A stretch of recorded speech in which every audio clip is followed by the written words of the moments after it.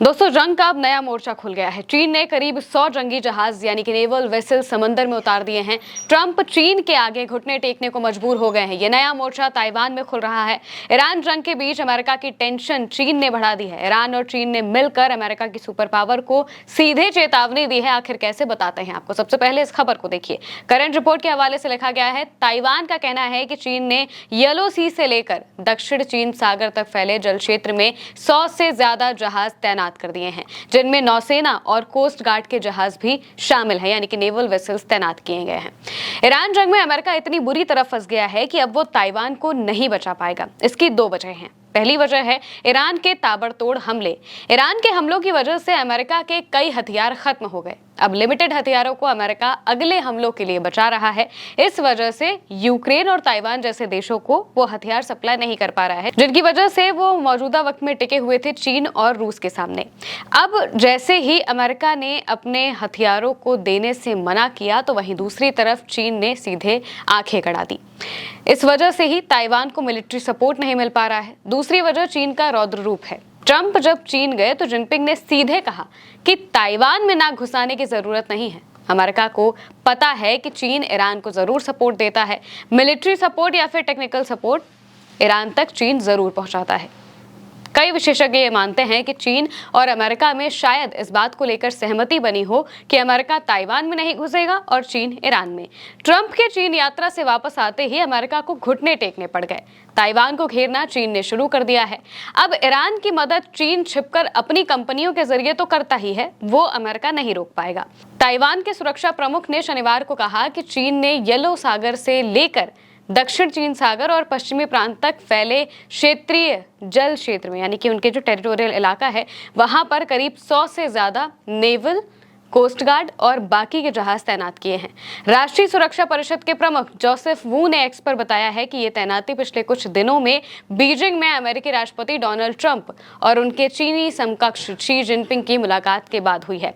वू ने अपनी पोस्ट में कहा कि दुनिया के इस हिस्से में चाइना ही एकमात्र ऐसी समस्या है जो स्टेटस क्वो को बिगाड़ रही है और क्षेत्रीय शांति व स्थिरता के लिए खतरा बन रही है।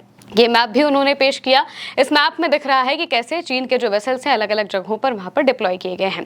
अब करंट रिपोर्ट के हवाले से एक और खबर सामने आती है कि अमेरिका ने ईरान के साथ जंग के लिए अपनी मिसाइल और गोला बारूद के भंडार को सिक्योर रखने के उद्देश्य से ताइवान को $14 अरब के हथियारों की बिक्री रोक दी है। यहाँ पर साफ तौर से पता चल रहा है कि अमेरिका अब ताइवान को हथियार नहीं देगा। ताइवान को मिलिट्री सपोर्ट अगर अमेरिका से नहीं मिलेगा तो वो अकेला पड़ जाएगा और फिर चीन को जो करना है वो कर सकता है। बिल्कुल ऐसी ही स्थिति दूसरी तरफ यूक्रेन में बनी हुई है। यूक्रेन में भी हथियार अमेरिका ने इस बार नहीं पहुंचाए हैं, डिले किया है। क्यों?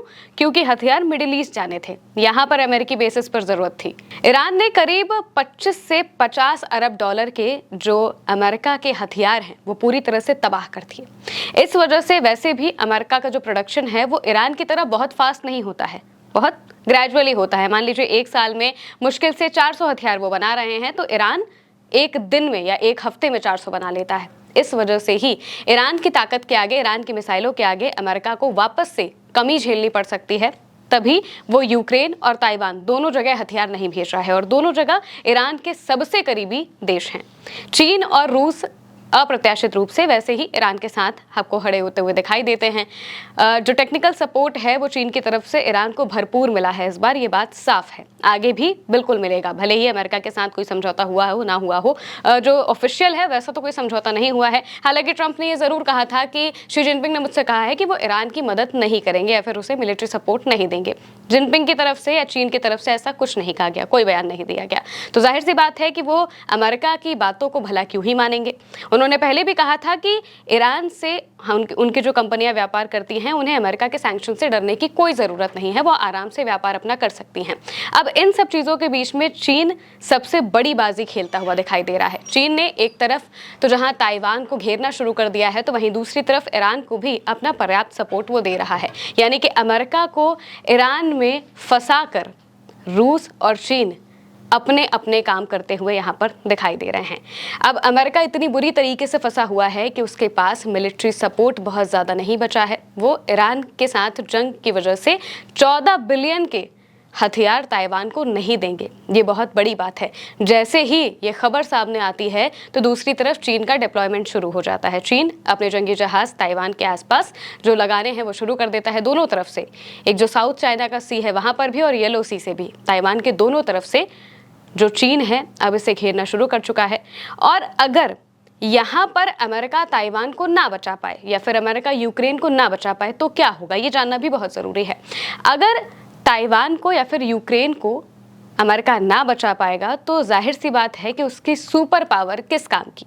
बाकी के जो देश अमेरिका के करीबी हैं या फिर जहाँ पर अमेरिका कहता है कि हम आपकी रक्षा करेंगे, जैसे कि जापान भी है, जैसे कि यूरोपीय देश भी है, ये इन सभी देशों के अंदर ये इनसिक्योरिटी आ जाएगी कि अमेरिका रिलायबल नहीं है, अमेरिका पर भरोसा नहीं किया जा सकता, क्योंकि जब अमेरिका का मन करेगा वो हाथ पीछे खींच लेगा और तब तक हमारे लिए बहुत देर हो जाएगी।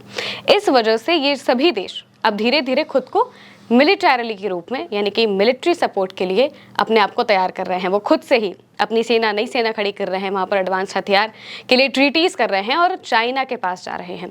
यूरोप के जो देश हैं वो चाइना से कर रहे हैं, इसके अलावा के जो बाकी देश हैं वो रूस से कर रहे हैं, जिसका मतलब ये है कि चीन और रूस अगली सुपर पावर के लिए अब यहाँ पर उभरते हुए दिखाई दे रहे हैं। और वहीं दूसरी तरफ ईरान के इस एक जंग ने अमेरिका को सिर्फ मिलिट्री का नुकसान नहीं किया है बल्कि डिप्लोमेटिक रिलेशन भी पूरी तरह से अमेरिका के ध्वस्त होते हुए दिखाई दे रहे हैं।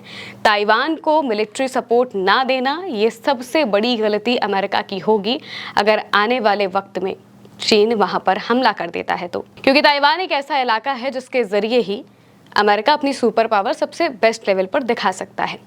अब अगर ताइवान में जो कि अमेरिका वहां पर सपोर्ट कर रहा था उसे चीन ले लेता है या फिर चीन वहां पर अपना जो भी करना चाहता है अपने में मिलाना चाहता है, चीन यही कहता है कि ताइवान कोई दूसरी कंट्री नहीं है बल्कि ये चीन का हिस्सा है, तो अगर चीन में वो उसे मिला लेगा तो जाहिर सी बात है कि पूरी दुनिया के सामने चीन एक सुपर पावर निकलकर सामने आ जाएगा और अमेरिका की सुपर पावर कहीं की नहीं रह जाएगी और अमेरिका का पतन वैसे ही होता दिखेगा जैसे ब्रिटेन का हुआ था। ब्रिटेन भी एक वक्त में सुपर पावर था, पूरी दुनिया में जगह जगह पर ब्रिटिश राज था, लेकिन धीरे धीरे करके उसका पतन शुरू हुआ और ईरान की जंग अमेरिका के इस पतन की शुरुआत की तरफ जाते हुए दिखाई दे रही है, क्योंकि डॉलर और हथियार से भी और वहीं दूसरी तरफ डिप्लोमेटिक तरीके से भी ईरान अमेरिका को बड़ी चोट पहुंचा रहा है और ये कदम, चीन का ये कदम अमेरिका की सुपर पावर को सीधे चैलेंज कर रहा है। फिलहाल के लिए मेरे अनिक महिमा के साथ इस खबर में इतना ही। आप देखते रहिए उल्टा चश्मा यूसी।